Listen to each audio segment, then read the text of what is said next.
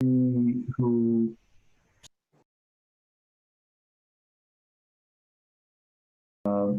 I think we have everybody we need. So if Westborough TV is ready to start the meeting. Okay. Good evening and welcome to the December 15th meeting of the Westborough Planning Board. As is customary, I will read the governor's notice into the record before we begin. Pursuant to Governor Baker's March 12, 2020 order suspending certain provisions of the Open Meeting Law, General Law, Chapter 30, Section 18, and the Governor's March 15, 2020 order imposing strict limitation on the number of people that may gather in one place. This meeting in the Westborough Planning Board will be conducted via remote participation to the greatest extent possible. Specific information and the general guidelines for remote participation by members of the public and/or parties with a right and/or requirement to attend this meeting can be found on the Town of Westborough website at town.westborough.ma.us. For this meeting, members of the public who wish to watch the meeting may do so in the following manner. Members of the public wishing to participate from their remote location are encouraged to email their questions to planning@town.westborough.ma.us. No in-person attendance of members of the public will be permitted, but every effort will be made to ensure that the public can adequately access the proceedings in real time via technological means. The meeting can be viewed on Verizon Channel 24 and Charter Channel 191 or live streamed online at westboroughtv.org. In the event that we are unable to do so, despite best efforts, we will post on the Town of Westborough website an audio or video recording transcript or other comprehensive record of proceedings as soon as possible after the meeting. All right, that's in the record. You all know that Jim Robbins is out for a little while recovering from surgery, and Fred Leonardo is here with his expertise to guide us through the meeting, along with Lisa. And I think I saw Pat Purcell here.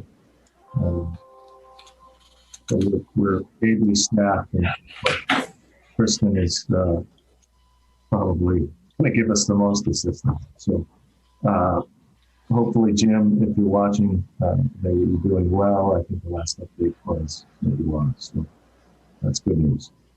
I'm going to turn to the agenda. I think the first item on the agenda was the Rugged Trails subdivision. We had a request for an extension. Did everybody get a copy of that request? Speak up if you have any questions about that. Okay. I'm not going to read it in the record, but well, actually, I think I need to read it in the record. So we get a letter dated December 1st from GBI Construction to the Westborough Planning Board. We would like to request an extension to allow the Planning Board to extend the preliminary hearing period to the end of January 21st, 2021 to allow time to review and enter a decision regarding Rugged Trails preliminary subdivision. So I'm going to just ask if Fred or Lisa has any comments on that, or Kristen, speak up too if there's anything we need to add. Mark, if you'd like, I can make a quick comment on that. Great, thanks, Fred. Sure. So I've been meeting with their staff, a particular individual. They haven't been able to get around the location of the houses to meet or conform to zoning. So I met with them as recently as this afternoon. So they're still working through the plan. They may have to extend or move the road slightly and blah, blah, blah. So until they can get the zoning to comply, there really wasn't a definitive or a preliminary plan for them to present to you. So that's kind of where we're at with them. Fred, can I ask you, on their original plan, and this was a long time ago, I think they had requested a waiver from the 26-foot road width to 24 feet. Are they still asking for that waiver, or are they? Because I'm just wondering if the 26 feet were enforced, if that would completely eliminate their ability to do that third lot, or do you know the answer to that off the top of your head? No, well, yes, I think they might still be looking for the waiver. I don't know that it would eliminate the development altogether. I don't know that the 2 feet would kill them. I'm not sure. I don't recall exactly why they wanted the waiver from the street width. Okay. Okay. Well, maybe we'll hear some more about that when we finally come forward. But for now, we had a draft motion. If somebody wants to make that motion. Well, before we do that, does anyone have questions for Fred on his comments? Okay. All right. If anybody's ready to make that motion. Yeah. Mark, I can do it. Oh, go ahead, Hazel. Go ahead, Hazel. Okay. I just had one question. Is there a possibility that if they cannot get the 3 lots, they go ahead with 2 lots, Fred? Well, yeah, they can certainly do that. That's probably pretty much that. I still don't quite get some of this. They supposedly the landowner originally asked for a variance to get a duplex in there, and they were willing to sacrifice all this, and that variance was turned down for whatever reason. So, I suspect they might look at 2 houses rather than 3 if they can't get it in. Okay. Thank you. All right. Hazel, are you making the motion too, or Jim? I can do that. I don't. Go ahead, Hazel. Oh, okay. I move that the planning board approve the request from Guaranteed Builders to extend the preliminary residential subdivision plan review and decision for 228 Ruggles Street through January 21st, 2021. I assume that's what we mean. Yes. I'll second that. Any discussion of the motion? Okay, I'll do a roll call vote if the members could unmute themselves. Hazel? Yes. Jim Ball? Yes. Tim Kaler? Yes. And Tim Paris? Yes. And I'll vote yes as well. That's 5-0 in support. Okay. Next item on the agenda was a discussion of Village Commons 1 Gleason Street, commercial, regarding the commercial building. I think, Fred, I'm going to ask you to kind of give us some background on the issues there. And I know that we wanted to talk to the developer about I don't want to say the timeline, but the progression of permits there and everything else. So if you're ready or willing, I'm going to turn it to you to give the board some background on this issue. Sure. So presently they've been, if I recall, and if I'm off by a number, I don't think I am, but presently they've been given six certificates of occupancies for structures out there, residential structures. So we're at the 7th. He hasn't been given all the building permits, I don't believe, but he's been giving a large majority of them. The 7th occupancy permit, if you will, is contingent on 2 things presently. One is that he has to build the shell of the first commercial square footage, which I believe was somewhere around 3,000 square feet. And he also has to have the next C of O would go basically to the first affordable unit. So those are his next plateaus. He can't go forward without those 2 things happening. First, the commercial shell has to be built. And then secondly, the next C of O would be for an affordable. That's pretty much where he is right presently. Fred, the 7th occupancy permit has to be for one of the affordables? Correct. So Lisa, just we have to identify you for the record. So that was I'm sorry. Elaine, the town engineer.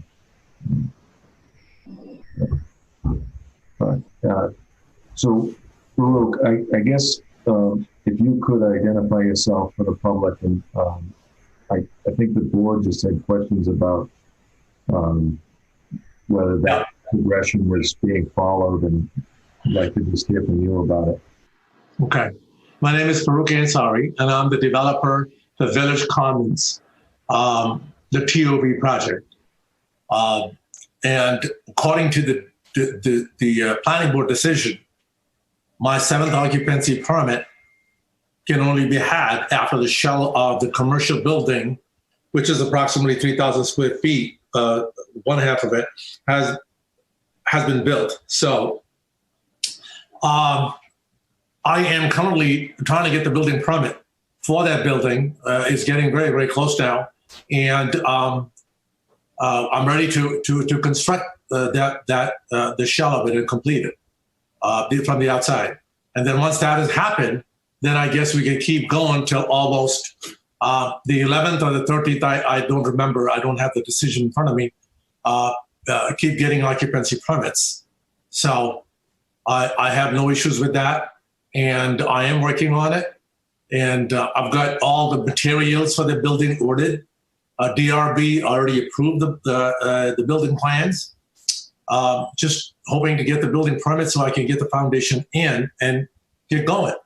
I submitted a plan to engineering department for engineering review. And me and Lisa have talked about a couple of things.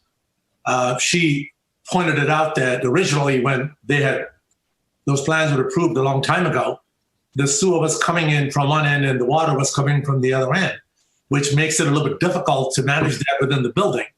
So I am now submitting a plan where water and sewer would go in the same corner, 10 feet apart. The water size, the size of the water service was 3/4 inch.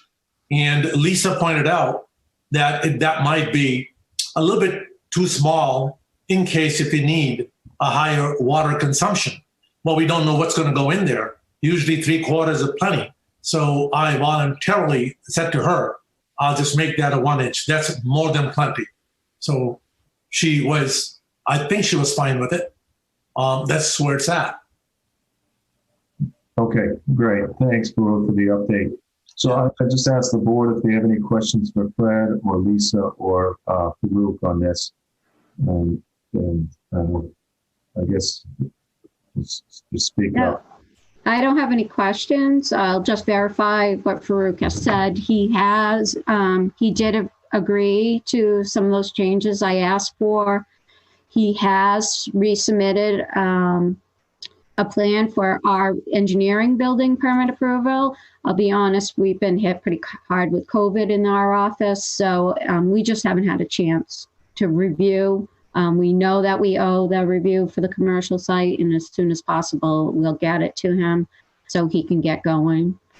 I just wanted to make sure that we all knew exactly what for my own sake too, what the sequence needed to be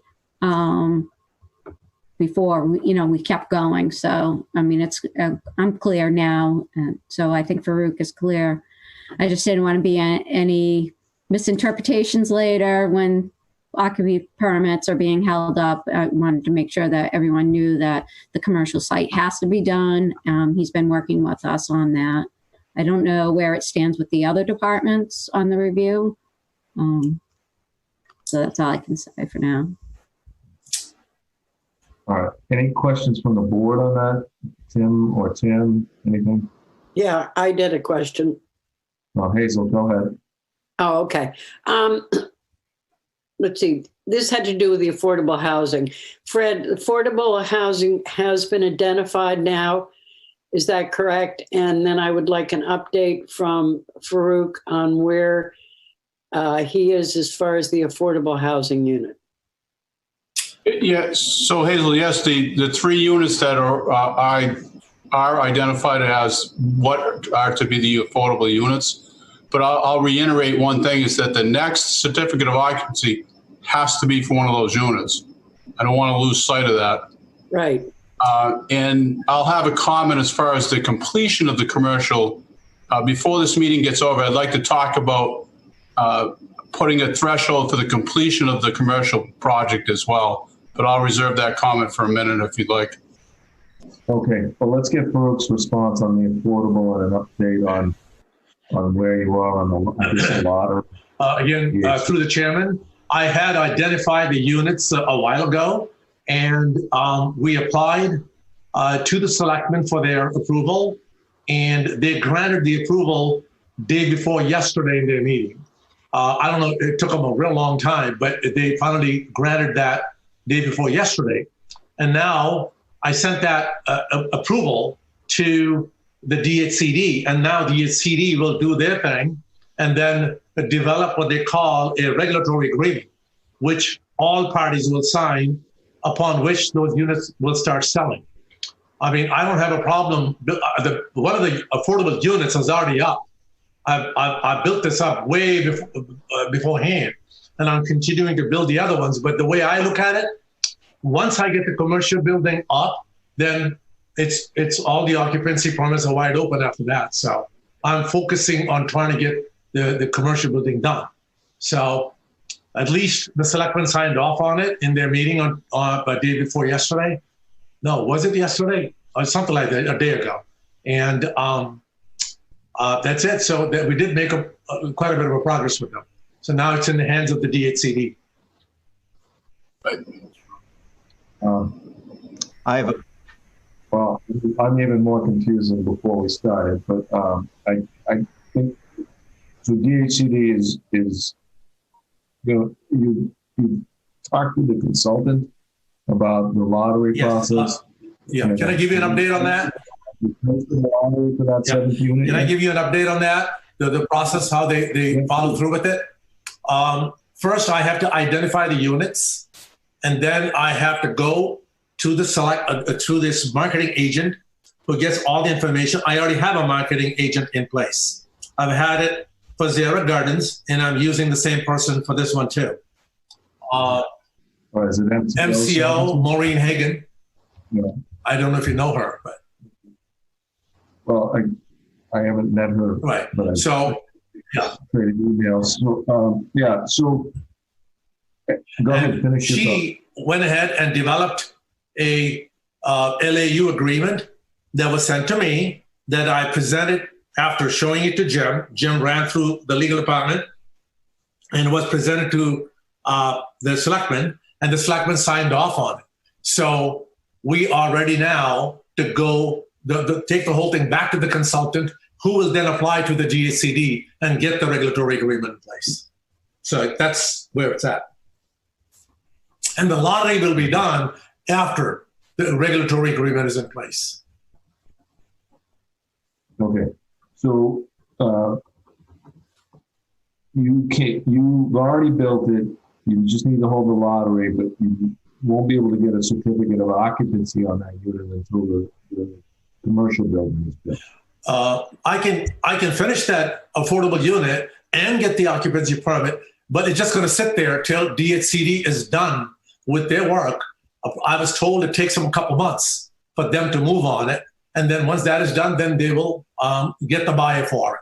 And in the meantime, I'm building other units and then I'm trying to get the completion. I'm trying to get the commercial building done in parallel too. So it's really the commercial building that's going to hold up the occupancy permit. So the affordable will not, because the affordable is already up. So.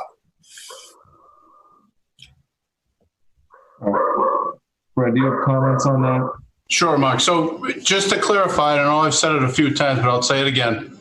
The 3,000 square feet shell has to be built and up and inspected prior to any additional certificates of occupancy being issued out there. After the shell of the commercial building is built and up, then he can apply for a certificate of occupancy, but it has to be for an affordable unit. Then he can get some market rates, but there's also some language in there. We had some agreements that the other two certificates for the affordables would be done prior to the last one, or the second to last one. I forgot exactly how we wrote that, but there is a sequence to this. So again, it's the commercial, then he can get the 7th certificate of occupancy, which would be one of the affordable units. Right. And then he won't get his last certificate of occupancy, I think, until the rest of the commercial is built. 2,600 square feet more. So. Right. I think it's 28, but whatever the number is, he has the right to build more than the 58 or 57. I believe it's 58, but whatever the number is, he doesn't have to, though. He has to build the minimum of the 58. Correct. I might as well throw the other comment in there. My concern, and the fire department might want to comment on this too. My concern is at this point, we're only talking about a shell. I feel strongly that before the last certificate of occupancy is issued on that complex out there, not only should it be a shell, there should be a commercial finished space. Just having a shell building sitting out there for a prolonged period of time won't be good for anybody. Well, I would agree with that. I don't think we gave permission for it to be a shell in perpetuity. I think we allowed the shell in order that the project continue, expeditiously, and given the current, conditions of, society in general, we understood the difficulty in finding a tenant for the commercial building, but I don't think the intention was to just have a vacant shell in there. I think the intention was to have a build out. That's what's in the permit. Well, if I may, Mark, I'd just like to make sure that we clarify that, because I'm not sure that that's, I don't want to speak for Mr. Ansari's right there, but I want to make sure that he understands that and that we're clear on that. Well, what's the bond then, Fred? I mean, the bond is for completion of the project. It's not for completion of a shell, right? So I don't think we're going to release any bonds until the project is completed. Yeah, except for the fact that if I think we have to be careful that we aren't in a situation where we've released COs for the balance of the structures and are then left with the commercial space, which has not been finished. And so we don't release the bond, but we've already released the certificates of occupancy for the balance of the structures which he's built as residences. Well, we can't release the last certificate of occupancy until the 5,800 or whatever square feet is built, and the developer would need to get relief from the board to build just a shell on that portion anyway. So I think at this point, the understanding should be that those commercial buildings will be completed and finished before the last occupancy is built. Now, Fred, are you asking us to put a threshold on the first building? Because when we allowed him to build the shell only, we didn't put a threshold on occupancy permits or anything like that. But I do think that that's within our authority. So, Mark, thank you. I think that's to the pleasure of the board. As long as the 5,800 square feet at the end of the day is finished prior to the completion of the project. If you'd like to see a plateau in there for them to finish the 3,000 square feet at some point, I mean, I'm certainly open to that. Obviously, I'd enforce that. However, the pleasure of the board is on that. And he has all his building permits now, or other than the commercial buildings? No. No, I think he's still working through a couple of the residential. Right. But I've only received, through the chairman, today I have received 7, 8, 9 permits in total. I still have 6 more building permits to go. So I'm nowhere near getting all the permits. However, I do have a comment on the commercial building. I want the board to understand that I have no interest in keeping a commercial building empty, because it's going to be costing me money every month, even just to do the shell. Okay. So I would like to rent it out or get rid of it as soon as possible. I'm already talking to a couple of realtors in the area, but at the same time, the commercial market in Westborough is really down the dumps. It's so much property available that my realtor said it's going to be very hard to get that rented out. I just want you to be aware of it. Not that I'm going to hold anything up. I would rather do the shell, continue with my, construction on the residential buildings, and try to finish this and rent it out. So that's going to be my goal, not to just let it sit there. There's going to be $3,000-4,000 a month payment on it, maybe more. Yeah, so Farouk, I think that's fine, but what we're saying to you is that it's not going to remain a shell until you rent it out. It's going to be a shell. It's going to be finished and not a shell before this project is completed, including the last occupancy permits and the release of the bond. Right. So you need to finish the buildings, right? We allowed you to do a shell temporarily and move on with other building permits rather than hold up the other lot releases and the building permits. We said, okay, you can do a shell for now. And you can do a shell for now, but it's not going to be a shell Forever, yeah. forever. And I agree with you 100%. but that needs to be built out. Yeah. You said that Pat Purcell might have some comments on that. I don't know if he wants to add anything. I know he's on the call, and I appreciate that he joined us. I want to give him a chance to comment if the fire chief wants to say anything. Pat, are you still? Mark, it's Jason, Deputy Fire Chief. Sorry. I think I logged into the department account, which comes up as Pat's name, not my name. So hopefully I've changed that out now. I would echo Fred's sentiments. I'd really like to see that commercial space finished. That's a very densely packed residential neighborhood. All 15, I think it's 15 of those units are very close together. Actually, under today's code, and under the 2018 changes, that wouldn't be able to be built without sprinkling. Currently, none of those units have sprinkling. So the more finished the space is and the better the protection, the level of protection, just the shell leaves me uneasy. So, Jason, we'd only allowed him to do the shell for, a period of time while he finds a tenant, and allow it. It's not going to be hopefully it won't be a long time before that's finished out, but it certainly won't be, by the time this project is completed, both of those commercial buildings will be finished. They won't be shells. Just one question. Fred did you want to make a comment about the length of time? I mean, whether there should be some sort of a time schedule that this building would be finished, which certainly would help Jason, so that, we aren't in next June discovering that, this building is finally going to be finished. So, Fred, did you want to make a comment about some sort of a timeline that might be appropriate for this project for that particular building? Well, it may be difficult to tie it to an actual time, Hazel. You might be able to tie it to a certificate of occupancy if you wanted to. So by the time you got the 10th, 11th, something like that, so they'd go hand in hand. I know Mr. Ansari's building quickly now. I don't know that that's going to continue to be the case. We can certainly look at it. I mean, if the pleasure of the board is to have it finished within 6 months or a year, you can also do that. But I think you'd be better off making it contingent on a particular certificate of occupancy.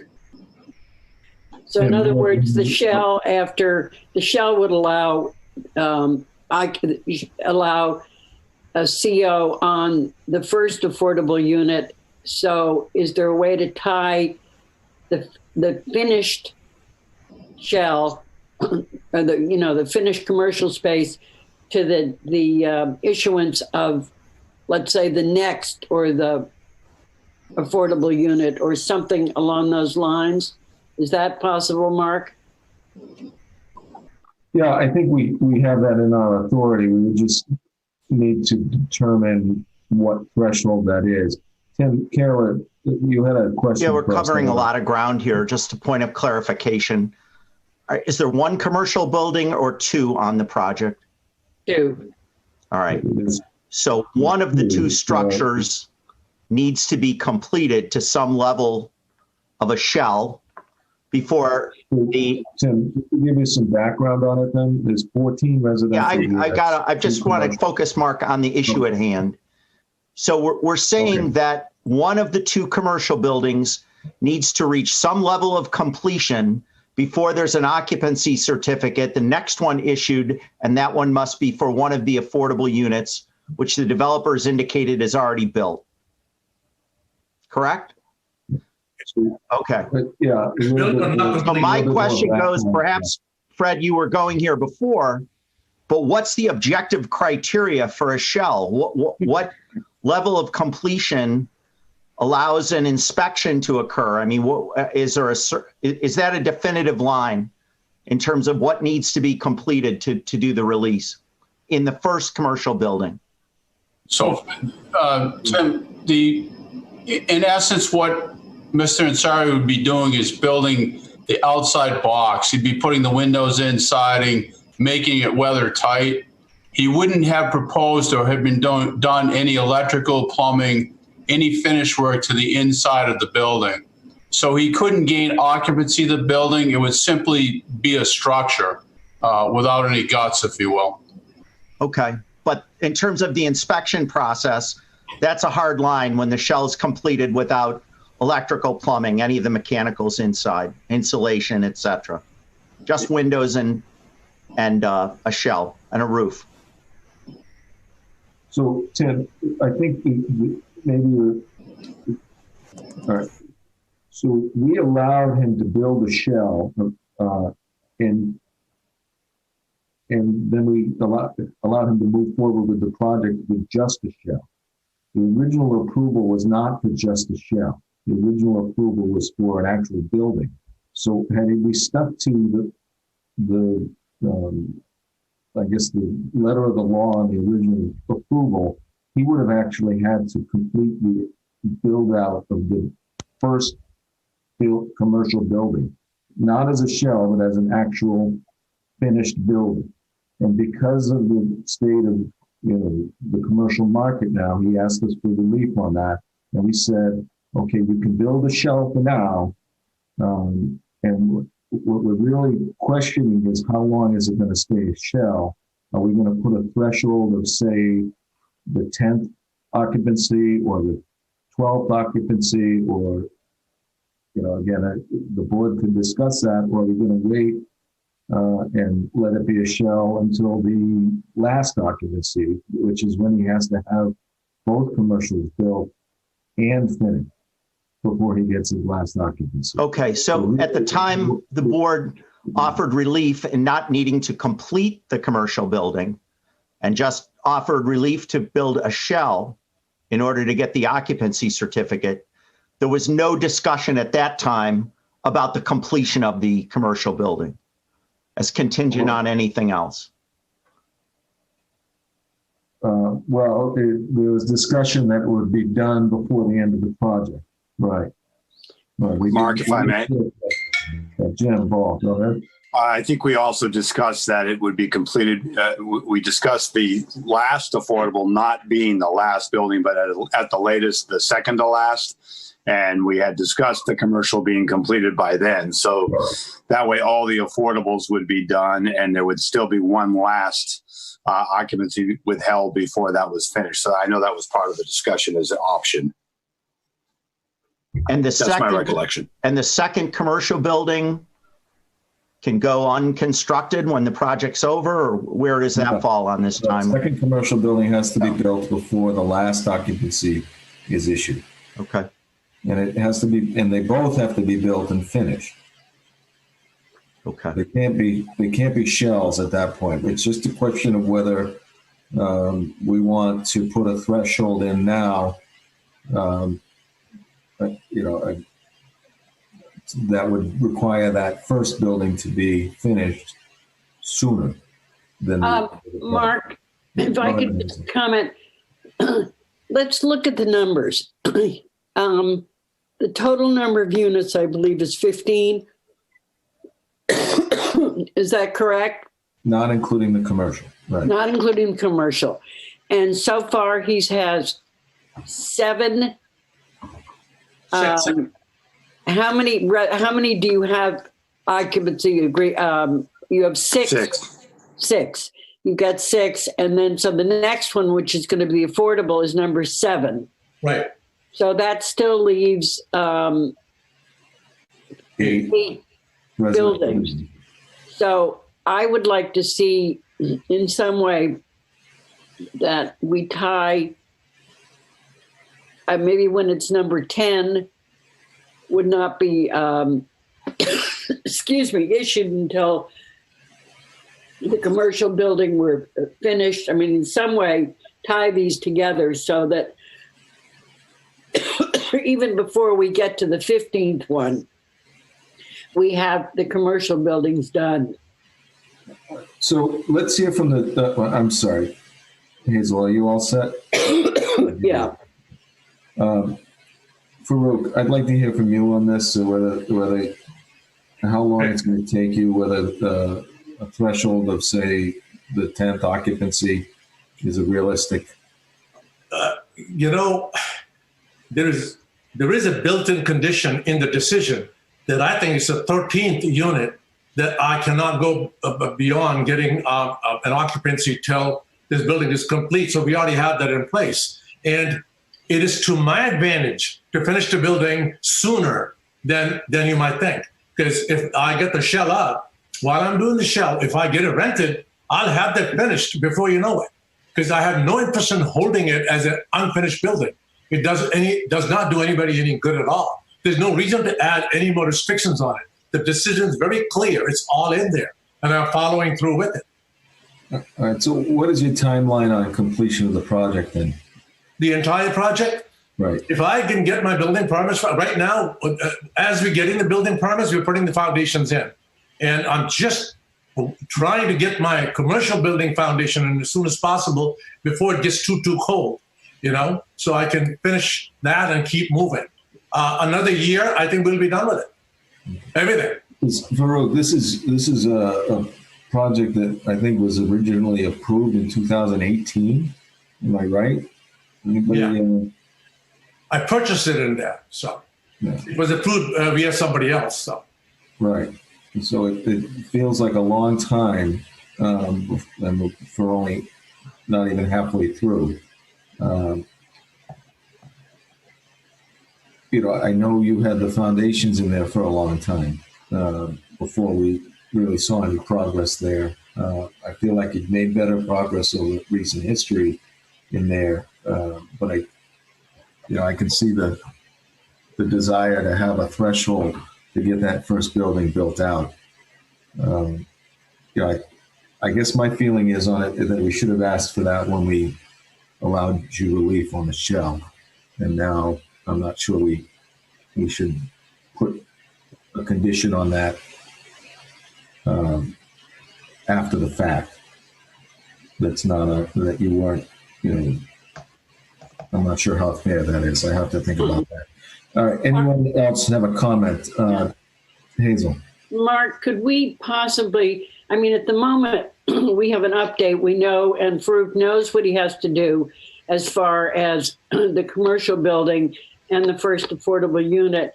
And I'm wondering whether we could look at this again in January. And at that time, we may have a better idea and we can review the agreements and make a decision if we really would like to on tying it in a different way or another way. But at this point, I think he knows, and we've agreed that he can move forward with the shell and that he won't get the building permit until that's up and he has to get the affordable housing. So, as I said, my suggestion is we put this off for further discussion in January, particularly when Jim's back, and look at it then. Yeah. I can live with that solution. I think, I don't think he's going to finish the interior since he's not even started building it. He's not going to finish the I have a permit building by January. So we'll be able to bring this up again in January and see if we need to put a threshold on it. I like that solution, Hazel. Any other comments? I'm comfortable with that, Mark. Tim Paris, anything? Tim Kaler? No, I'm comfortable. Okay. All right, Farouk, why don't we have you back in January? We'll let you know and see how much progress we made at that point, and whether we feel the need to be put some type of threshold of on the occupancy permits to ensure that that commercial building is built out and finished. Okay, Farouk, I think you understand what we're asking you for. It's pretty imperative to us that those are finished buildings and not just shells. So We're on the same page. I want the same exact thing. If I can get my building permit tomorrow, I'll have the building up in a month. I need the permit. So I'm working on with Lisa, and Lisa just said that because of the COVID and what have you, they have to, take a little extra time. So I don't know what to say. So. All right. Well, I think we understand the challenges of the engineering department too. So right. All the town departments have been working pretty diligently to help you through this process, and I don't I'll do my best. Any criticism for them on this. Yeah. All right. Okay. I do want to say, Jason, are you still on the call? Yes, Mark. Yeah, Jason, I wanted to say thank you for cleaning up that mess around the cinema. I saw that today, and thank you, volunteers, for that. And if you ever need any more volunteers, I have 3 teenagers who are looking for volunteer hours that would be glad to assist with that. So let me know. Sounds good. Thanks, Mark. Thank you. All right, Farouk, thank you for coming in. I appreciate your time, and we'll see you in January in a future meeting, okay? Okay, thank you. All right. All right, so next item on the agenda was the West Park Drive Extension Definitive Subdivision Plan, informal discussion.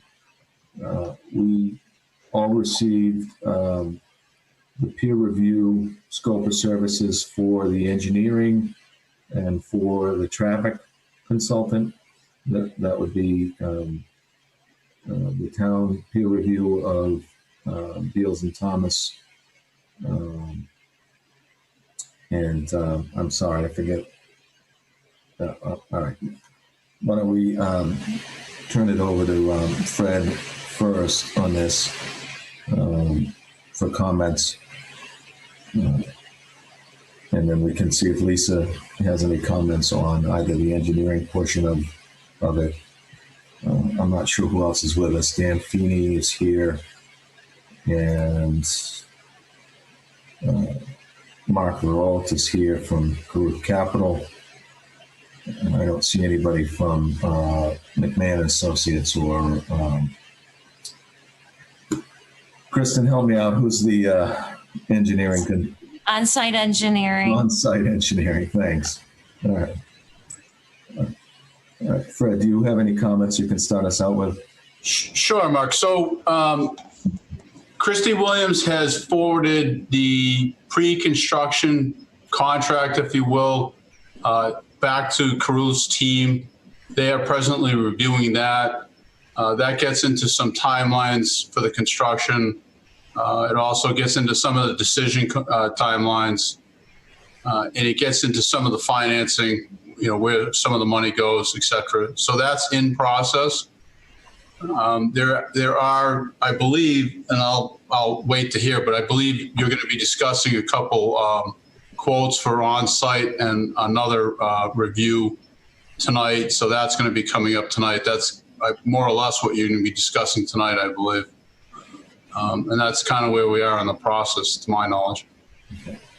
So I think the only thing that we're being asked to do is to approve those scope of services. The on-site engineering will do a review of the engineering on the project because the engineering department has asked us to outsource that, and McMahon and Associates will do the traffic peer review. But I don't know if the board has questions on that. We all were provided with the scope of services. I'd like to turn to the board for questions. No questions, Mark. I have no questions. I read the summary. Yeah, I have no questions. No questions. All right. So the only question I had, it was more on the traffic review than on the engineering. I'm comfortable with that scope of services. When I look at the engineering scope of services, I had discussed with Jim Robbins, and I know he discussed with, I'm not sure if it was with Carruth or with Beals and Thomas, about the traffic study,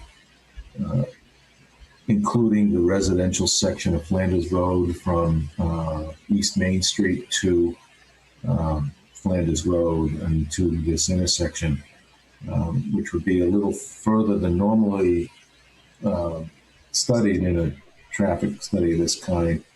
And my understanding is that the developer, if you will, or applicant, was going to include that in their traffic study, and McMahon was going to include that in the peer review. There's a section, and let me just find it for a second, please. In the McMahon and Associates, where it says they're going to review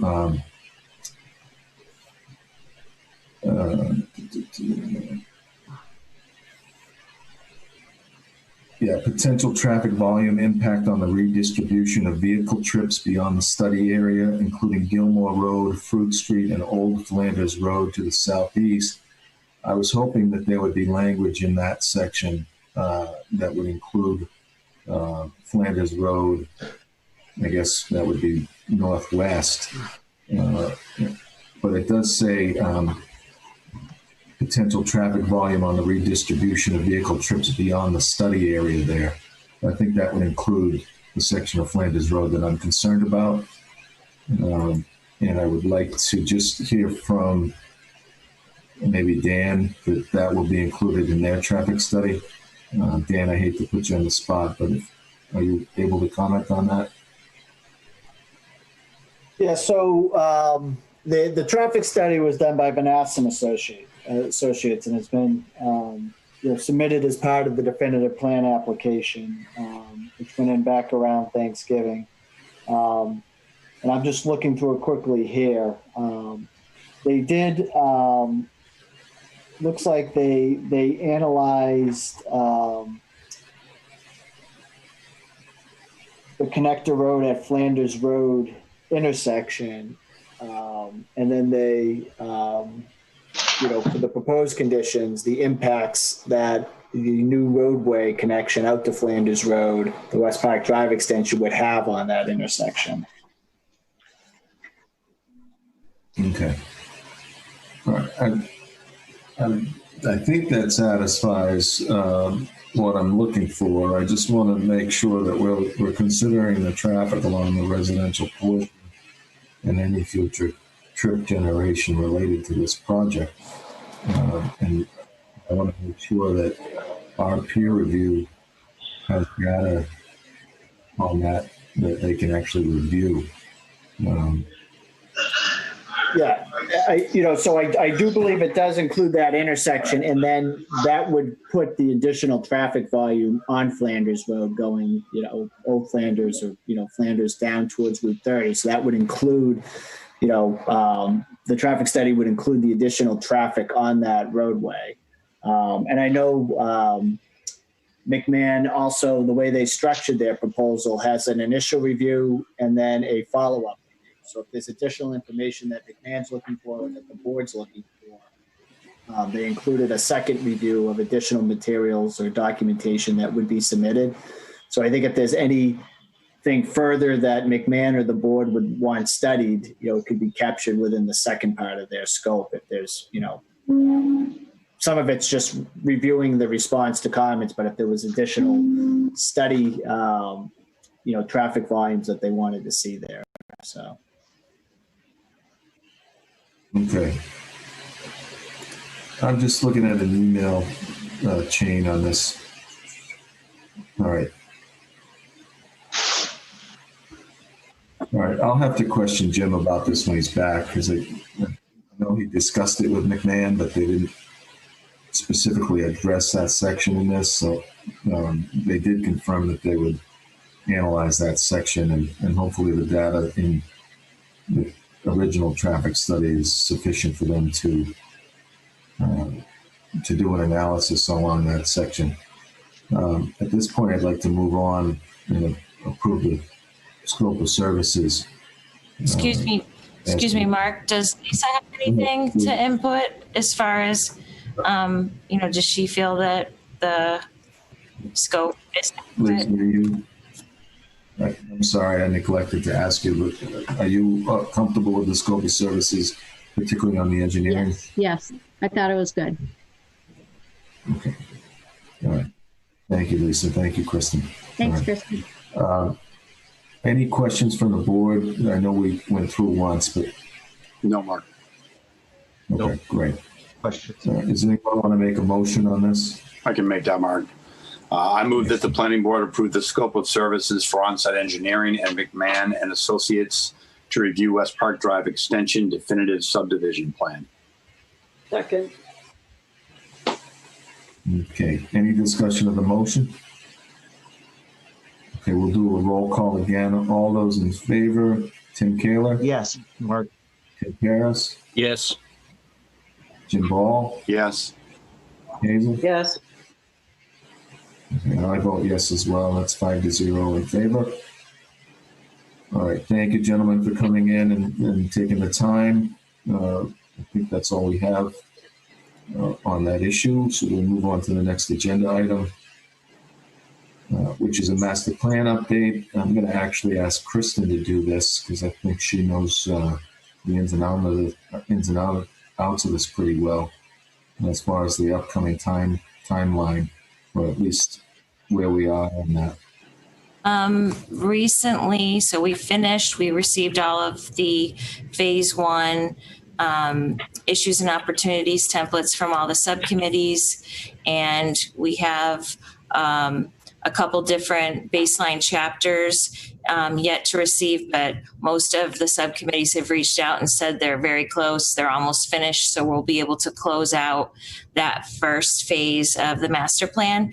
And Donnie recently sent out information on phase 2, which is Explores. Everyone received a doodle poll indicating 3 different potential dates for our next public meeting number 2. So he's waiting to get those responses. That's somewhere the end of January. We're going to plan that. At that meeting is where we would present to the public the goals and the actions that were identified for all the subcommittees. So Donnie is sending out to each subcommittee group the draft goals that VHB has written. So each subcommittee should be receiving those if they haven't already. I know he's got a few more that are going out tonight and tomorrow and over the next couple days. But you should be getting that, and we're hoping that you can meet with your groups. Those are due by January 15th. So we do understand it's going to be difficult because of the holiday in between all of this. But the goals, it will be a rough draft for you to then comment on. You won't have to write them from scratch. So that is what's going out next, and that's our timeline. And if anyone has any questions, I'd be happy to try to help. Any questions from the board for Kristen on that? Anybody have anything to add, Fred? Or okay, I think we're all right. Good. All right. So we had a couple other housekeeping issues. We had meeting minutes. I'm going to ask Jim Ball to handle those. Sure, Mark. We had minutes that Kristen had forwarded some time back for November 7, November 10, and November 17th. Any questions on those from anyone on the board? If not, I would move that we approve those minutes as a group. Second the motion? All right, we'll do a roll call vote on that as well. All those in favor, Jim Ball? Yes. Hazel? Yes. Tim Kaler? Yes. Tim Paris? Yes. And I'll vote yes as well. It's 5-0. All right. Next issue we had next item on the agenda we had was to review the 2021 Planning Board meeting dates.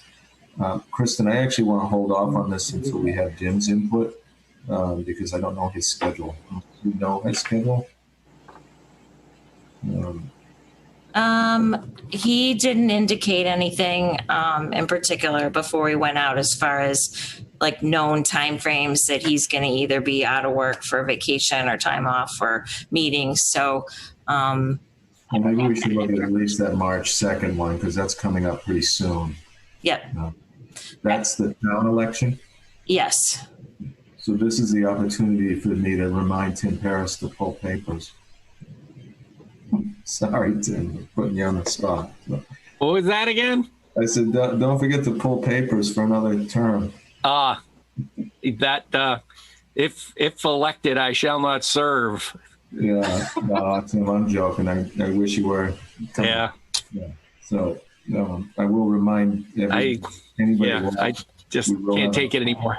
Yeah, we will have an opening on the board if anybody's willing or able to run. We'd appreciate somebody that would pull papers, and if anybody has any questions about that, they can reach out to me personally, or I'd be happy to advise anyone interested in running. And it's a rewarding experience. So I guess we should look at the calendar for March and see if we can move that March meeting date. And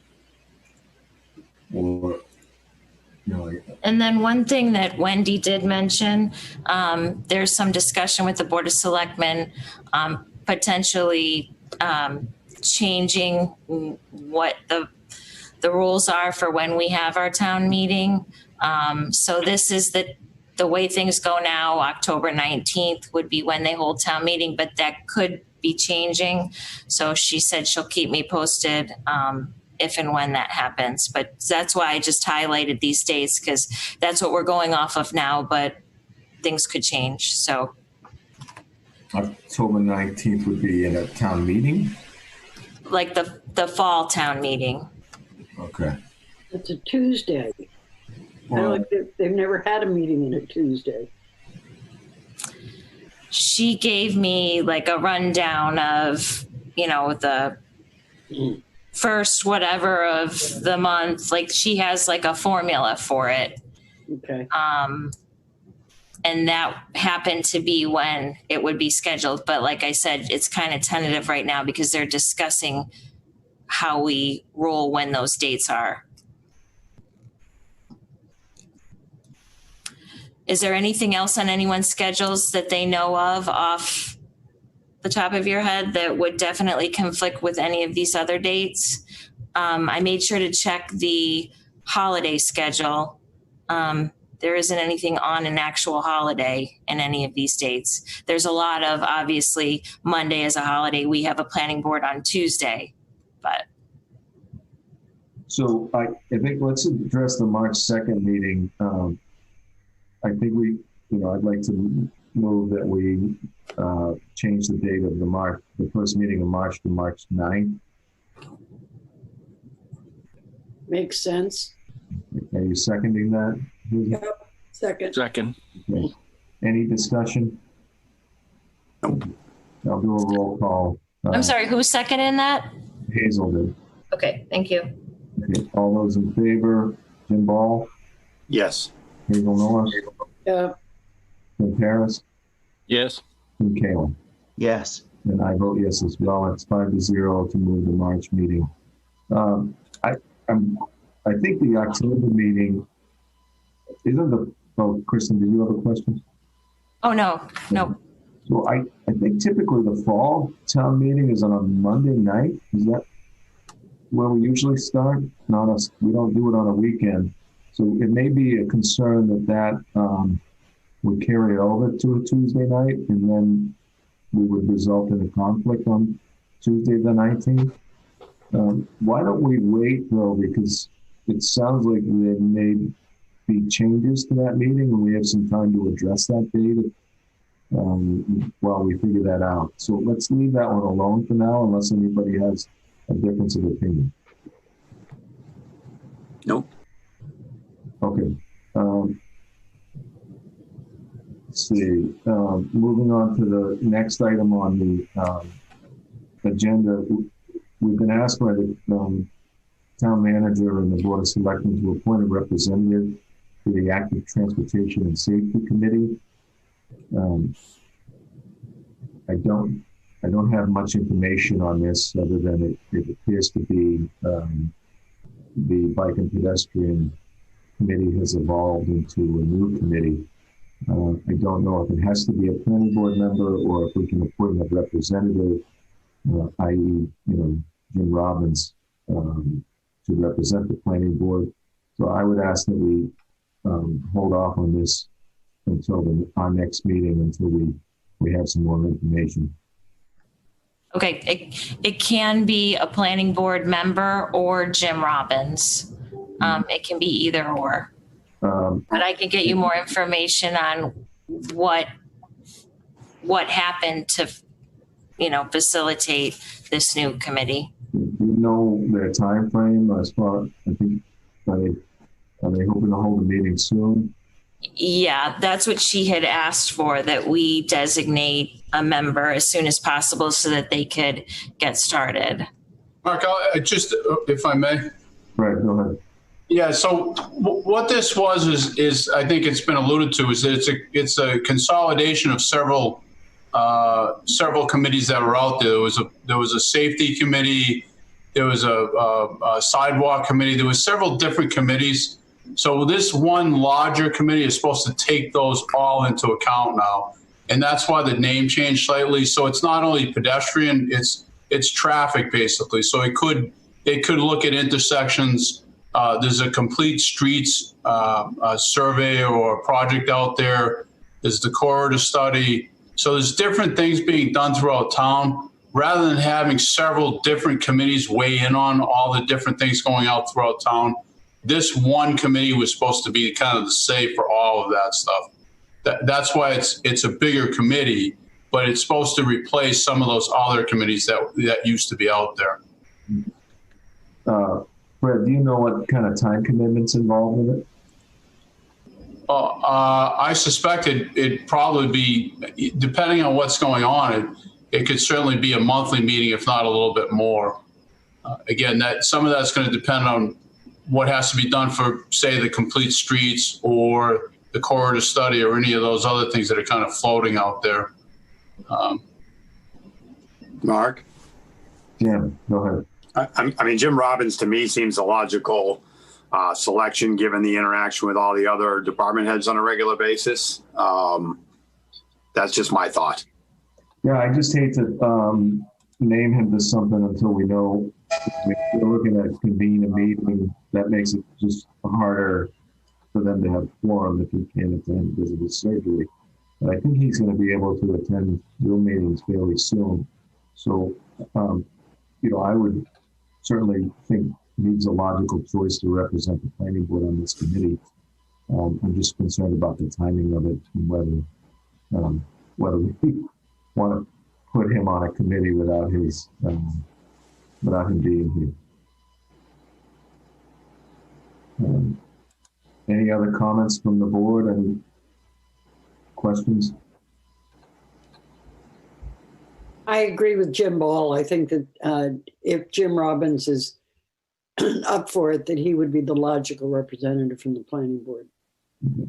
Well, in the interest of timing, I'm going to move that we appoint Jim Robbins as our representative to the active pedestrian study. Second that, Mark. Transportation and Safety Committee. And Jim Ball, you just seconded that? Yes, sorry, I put my mute back on. Okay. I think at this point, Kristen can reach out to him and see if that's a commitment. And if it doesn't work out, we can look at appointing a different member or asking if we can appoint a different representative. Okay, so any discussion of the motion? All right, all those in favor, we'll do a roll call again. Tim Paris? Yes. Tim Kaler? Yes. Hazel Knowles? Yes, Nurse. Nurse, I'm sorry. I know that. The worst. Jim Ball, I can't mess up. Yes. And I Yes, vote Mark. yes as well. No, that's 5-0 in favor.